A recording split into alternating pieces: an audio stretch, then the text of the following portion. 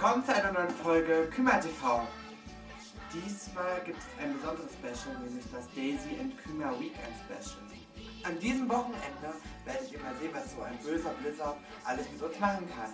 Wir fangen natürlich mit Tag 1 an, dann kommt Tag 2 und natürlich der Sonntag nicht zu vergessen.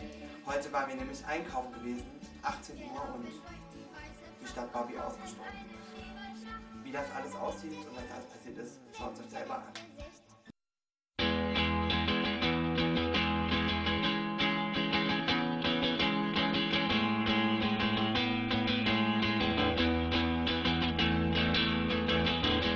Trauriger Wind weht, vielleicht nur in mir, ich weiß es nicht. Ich will, dass er ist und lass ihn wehen. Dies ist mein letzter Winter, diesmal muss erst sein, das spüre ich. Ich zieh mich aus, gehöre ihm. Ich leg mich in den Schnee, nichts tut mehr weh. Alles um mich herum wird still und stumm. Ich lieg einfach da und werde selbst polar. Und wenn man mir das Leben gab, ich schenk's den Schnee in dieser Nacht. Lass ihn mich verwehen.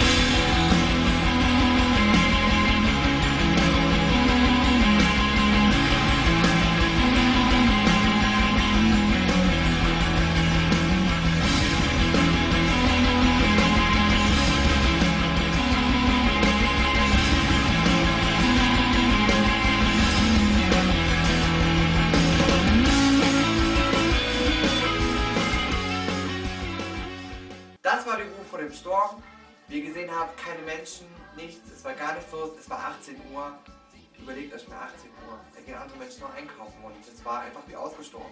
Wie auch immer, morgen gibt es Teil 2 und der wird natürlich viel aufregender und spannender. Was da genau passiert, verrate ich euch noch nicht, außer dass ich Daisy fragen will, ob sie mir einen Schneemann macht. Tschüss!